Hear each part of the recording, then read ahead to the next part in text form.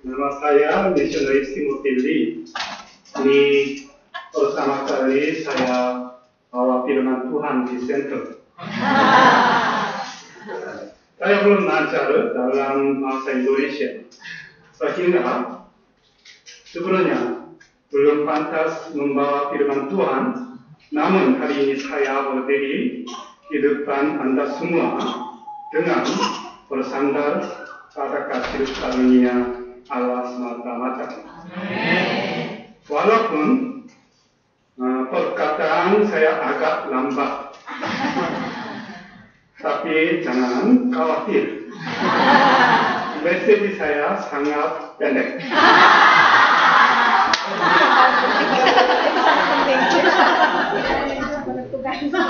Maka tolong konsentrasi dengan baik-baik. Amin. Saudara-saudara, hari ini hari apa? Sabtu. Iya benar, benar sekali. Hari ini adalah hari Paskah. Hari untuk memperingati hari kebangkitan Tuhan Yesus. Di dalam agama lain, tidak ada hari untuk memperingati hari kebangkitan. Iya kan?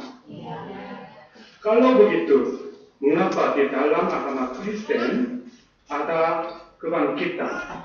Dan mengapa hal ini begitu penting bagi kita semua?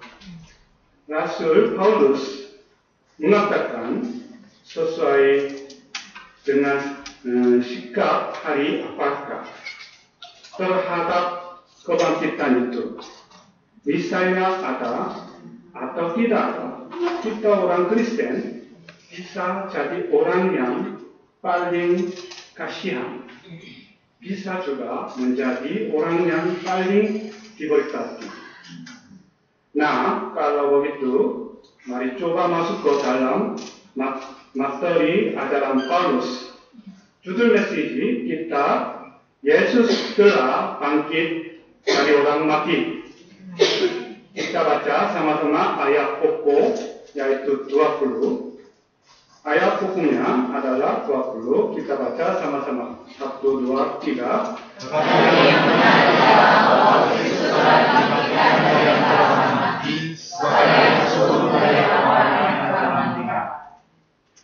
Mari kita berdoa. Tuhan, kami sangat bersyukur sebab kepada kami kembali diberikan retreat Paskah.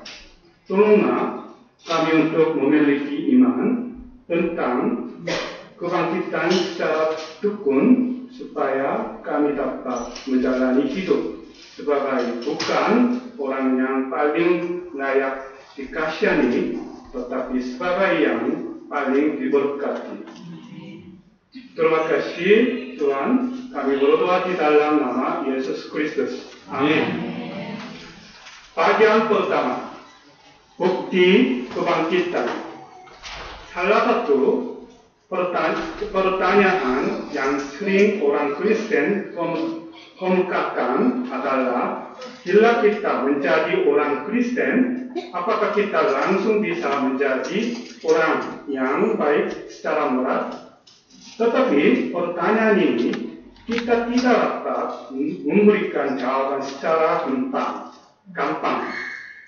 Sebab tidak ada yang berani mengatakan di antara kita sebagai orang yang sempurna secara moral. Di zaman kuno pun orang-orang Korintus sangat terkenal sebagai orang-orang liberal, suka minum minuman keras dan bebas dalam moral seks. Tetapi kepada mereka ini Injil diberitakan, lalu banyak orang bertobat, lalu menjadi orang Kristen. Walaupun status mereka sudah berubah menjadi orang Kristen, namun kebiasaan buruk yang lama pun masuk ke dalam gerejanya. Setelah Paulus meninggalkan Gereja Korintus di dalam jemaat di Korintus terjadi begitu banyak masalah seperti perselisihan antara yang kaya dan miskin. Jemaatnya pun terpecah-pecah kekacauan moral seks. Soal makan makanan yang pernah dipersembahkan dan lain-lain. Tetapi di antara sekian banyak masalah yang paling serius adalah perdebatan tentang adanya kebangkitan. Muncul banyak guru-guru palsu, lalu mereka mengatakan bahwa tidak ada kebangkitan. Dan sebagian orang menuruti ajaran tersebut, lalu terjadi kekacauan di dalam jemaat Korintus. Pendirian mereka sungguh bertentangan dengan Injil yang telah diberitakan oleh Paulus dan menggoyangkan tiang kebenaran agama Kristen. Tetapi munculnya aliran sesat. Paulus membeli kebenaran Injil itu dengan sungguh-sungguh sebagai fakta yang pernah terjadi di dalam sejarah dunia, dan ia menegaskan mengapa kebangkitan harus ada. Yang pertama, kebangkitan adalah fakta dalam sejarah manusia. Ketika para guru palsu mengatakan tidak ada kebangkitan, ada orang-orang yang mengikutnya. Mengapa? Sebab sebenarnya kita pun dengan jujur karena tidak pernah melihat kebangkitan secara langsung, maka tidak mudah untuk menerima kebangkitan itu begitu saja. Seperti Thomas yang tidak mau percaya, tetapi setelah melihat luka tusuk dari tangan dan perut Yesus baru mau percaya. Jadi saudara-saudara yang telah percaya kepada kebangkitan yang begitu sulit untuk diterima orang lain, Anda sekalian adalah orang-orang yang sungguh sangat diberkati. Akan tetapi seperti tadi malam, telah kita belajar dari Ustazin Joshua An,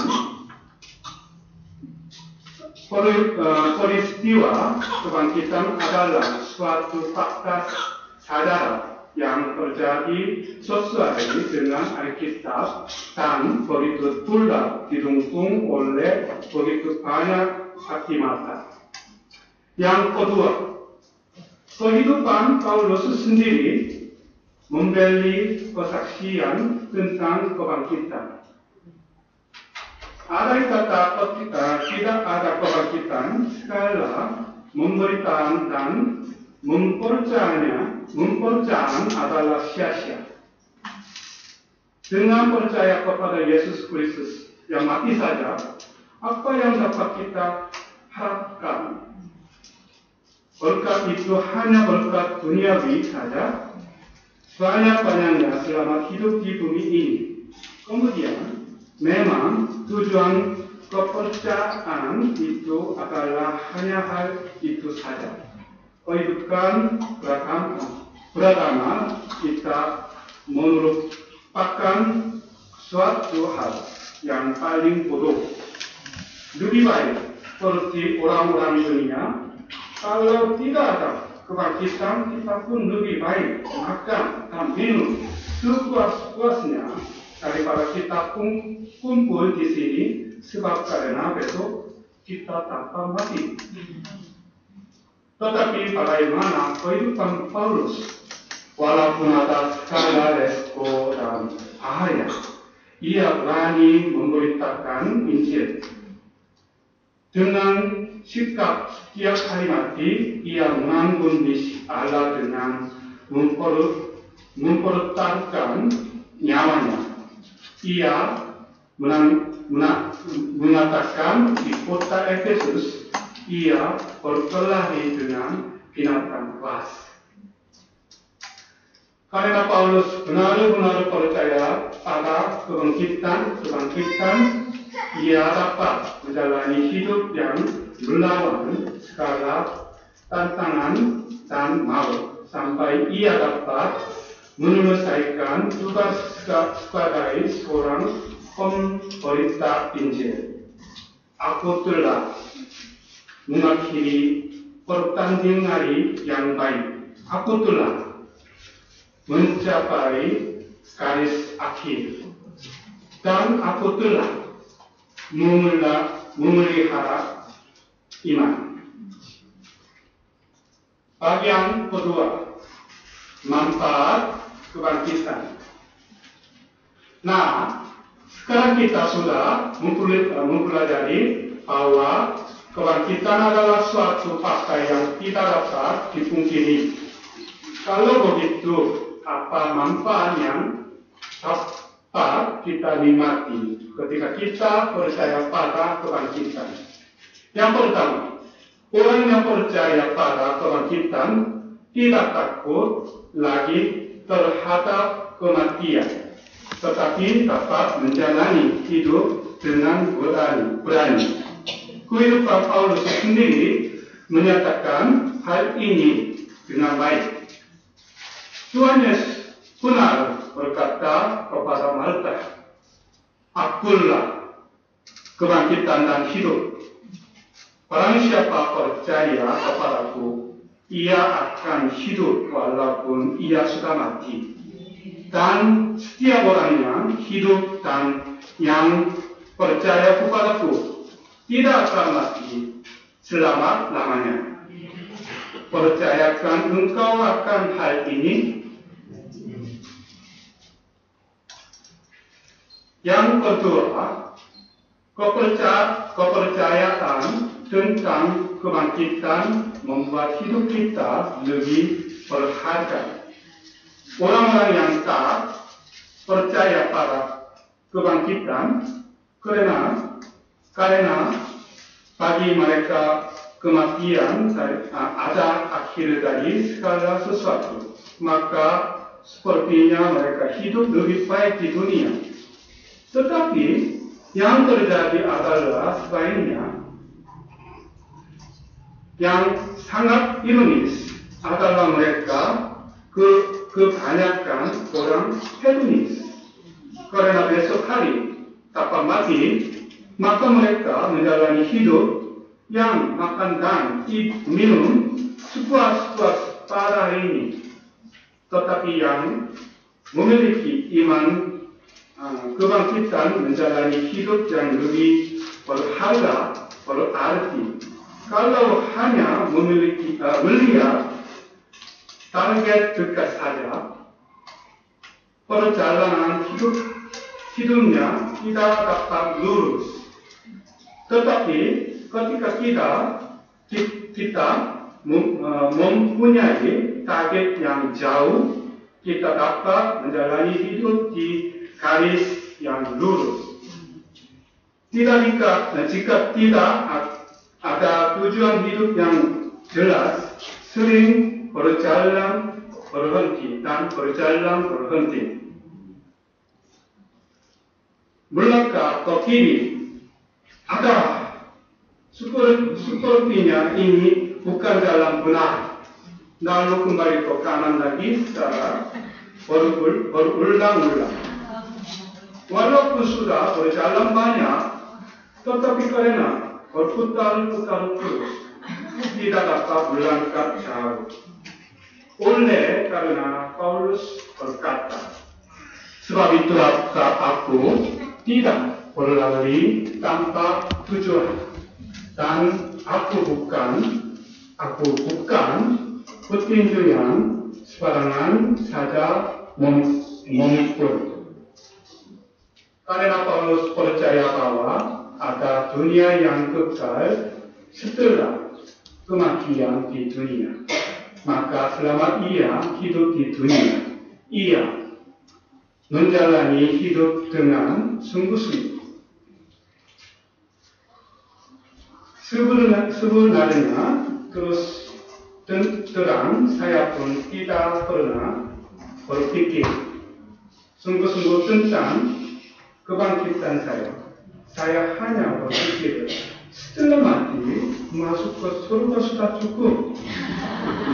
Apa faedahnya iman kebangkitan selama hidup di dunia ini?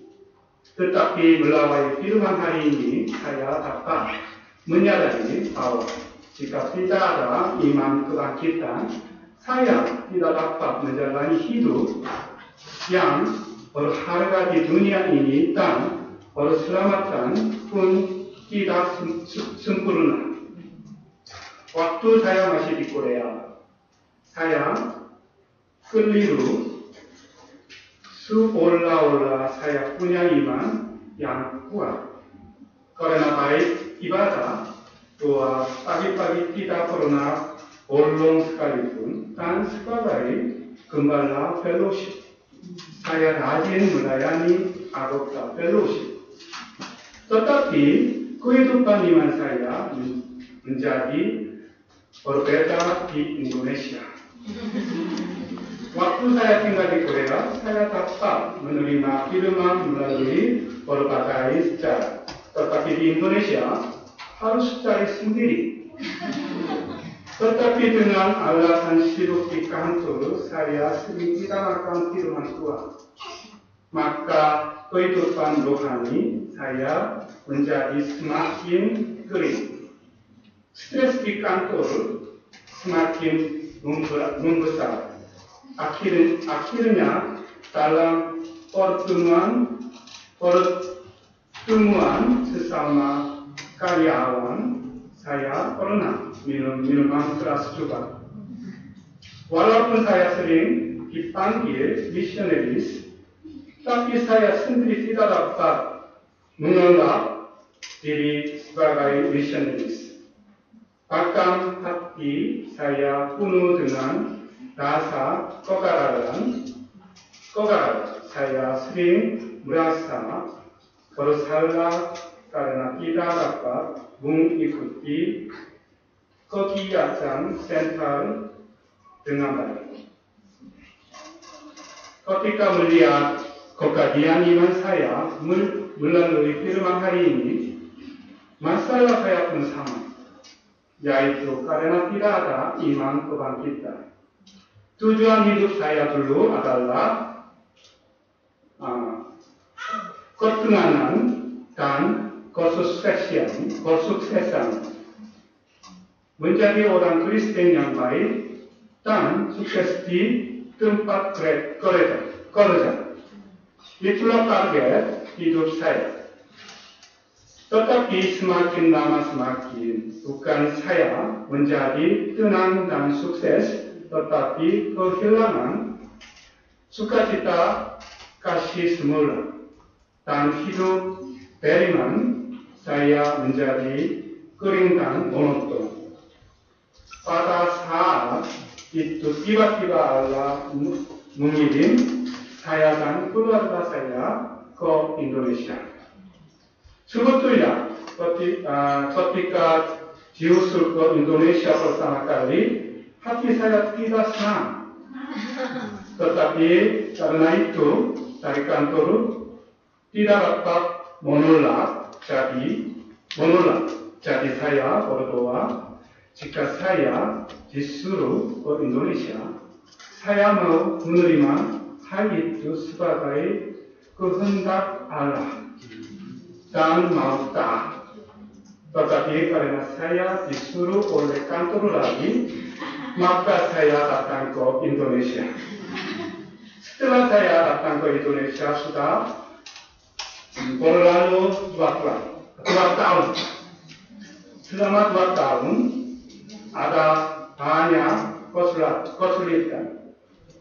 Saya terpisah dengan istri, lalu tinggal di Cirebon, baru bisa ketemu Sabtu Minggu saja.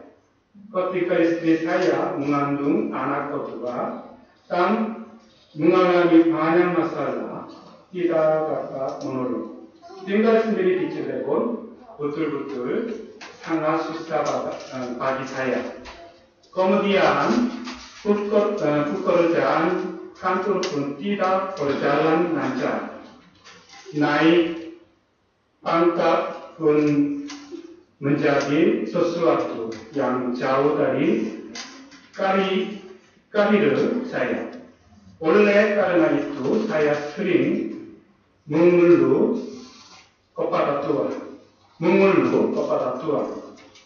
Tetapi tertanya, Allah telah memberikan banyak berkat.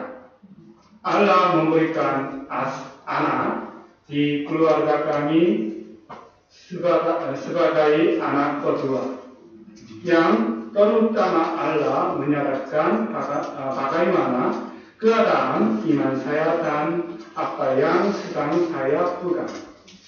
Walaupun sudah lama belajar firman, tetapi saya tidak pernah pikir tentang kebangkitan dengan serius.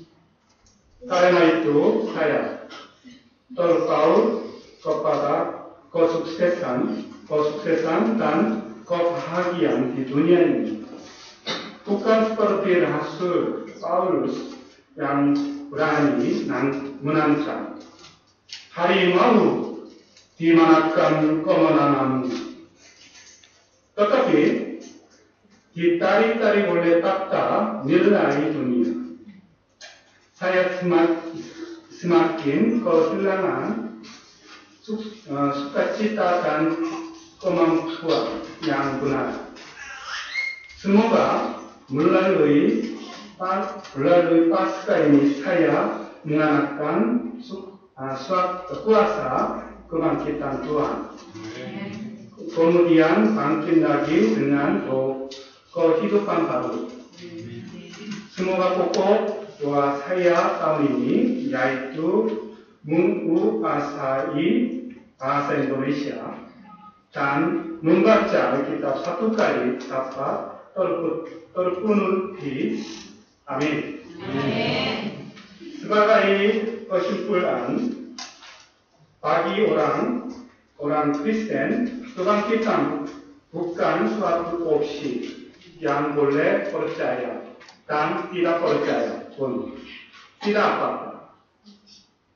Tetapi jika tidak ada iman kebangkitan, iman kita adalah iman yang mati atau iman yang cacat. Menerima berkat duniawi sebanyak-banyaknya dan makan dan minum yang enak. Itulah satu-satunya tujuan hidup dan dalam kehidupan orang seperti itu. Tidak ada sukacita dan kemampuan.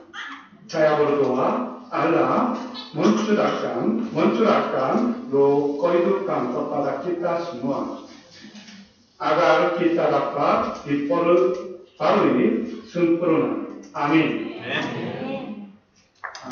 Kita berdoa. Terima kasih saya mengakhiri khotbah ini dengan berdoa. Tuhan, terima kasih karena Engkau membiarkan Yesus mati digantung di atas kayu salib, lalu membasuh segala dosa kami. Begitu pula menghidupkan kembali Yesus dari antara orang mati, lalu menjadikan mereka sebagai buah pertama. Tuhan, kami sadar jika kami tak mengenal kebangkitan dalam hidup kami, tidak ada kemampuan dan arti hidup. Tolonglah kami untuk percaya pada kebangkitan, supaya hati kami penuh dengan sukacita kebangkitan, supaya kami dapat menjalani hidup yang penuh dengan kemampuan dan berharga. Terima kasih Tuhan, kami berdoa di dalam nama Yesus Kristus. Amin.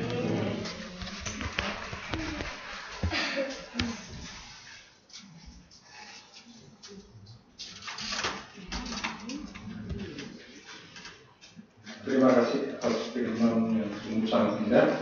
Kita merespon firman dengan